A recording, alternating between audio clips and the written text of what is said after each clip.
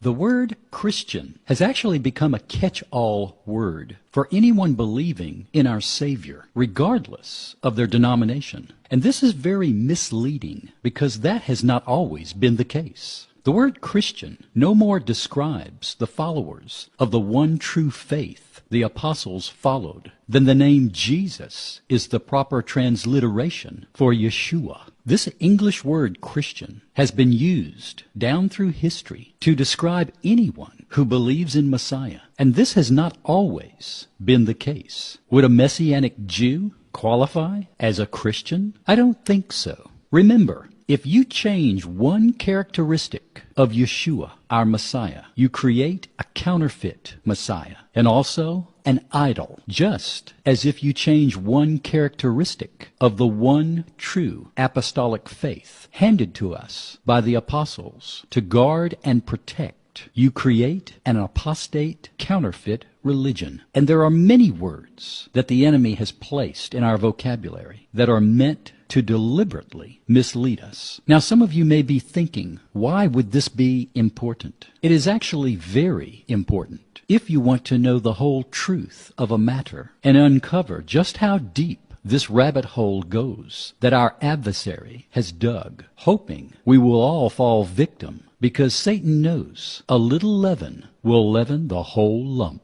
I know we have been led to believe that according to Acts chapter 11, verse 26, that the disciples Barnabas and Paul were first called Christians in Antioch. But you would be wrong if you think they embraced that label. That English word Christian in Greek is Christanios, from the root word Christos, which simply means anointed. It does not mean and is not the equivalent to the Hebrew word Messiah, although Strong's would like you to believe this, because he states in his definition that Christos, i.e., the Messiah. Well, i.e. is Latin for that is. Strong's cannot say Christos is the same as the Hebrew word Messiah. He can only imply that it points to the same meaning. And this is not exactly true, because someone that is anointed or follows someone that is anointed is not necessarily following the Messiah. The reason this is so relevant is because when Paul and Barnabas were called this Greek word Christanios, it was actually a word that had been around for over 1,000 years and was used to describe all Greeks who worshipped and followed after the pagan god Helios, who was believed to be the personification of the sun in ancient Greek history. So they were simply saying to Paul and Barnabas, "You're like us, anointed and good." The apostles never referred to themselves as Christians, but called themselves names such as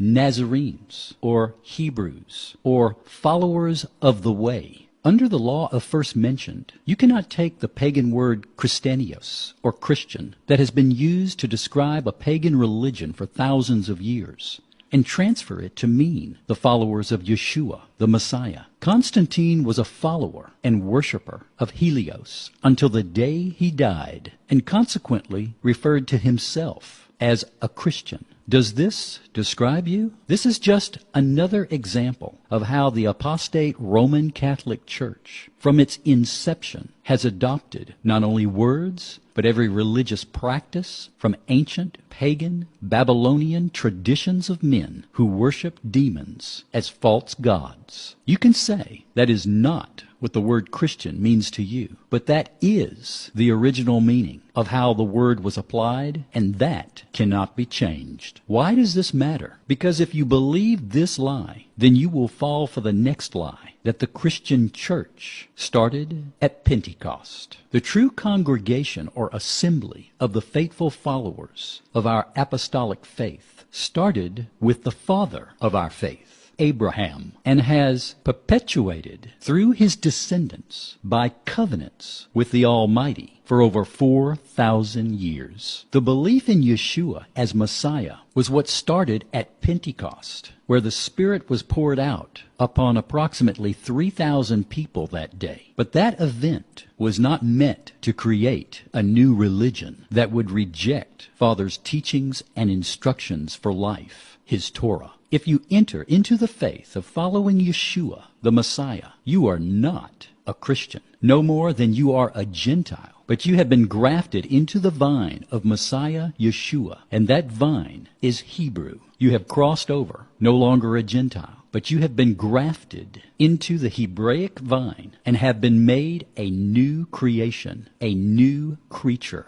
in Yeshua the Messiah. You are a seed of Abraham and have become joint heirs to all the promises given to the patriarchs through Yahuwah's covenants with the 12 tribes. You are not a pagan Catholic Christian. You are part of the commonwealth of Israel. Christianity is a leavened, apostate, counterfeit, pagan religion created 1,700 years ago by Rome, which came to be called Catholicism. For in the creation of their religion, they didn't even change the pagan Greek name they have called themselves for thousands of years. Yeshua gave us a warning in John 5:43, saying that He came in the Father's name and was rejected, but that another would come in His own name and be received. Could this be the false Christ named Jesus, who Christians today have been taught that because He fulfilled the Torah, this is the reason the old covenants have been done away? Is it any wonder why the Nazarenes rejected Christianity, which led to the holy wars being fought and millions dying in battle as martyrs against Rome? How easily we have forgotten their sacrifices and blood, and in doing so have compromised our faith. Does it matter? I guess that is a question everyone will give an answer to by the way they practice their faith. Paul reminds us in his epistle to the Corinthians to examine ourselves to see if we are truly in the faith that they, the apostles, handed to us. For if we preach, teach, or practice any other faith, according to Paul, we will be cursed and punished. Serving the Almighty and striving to follow His Torah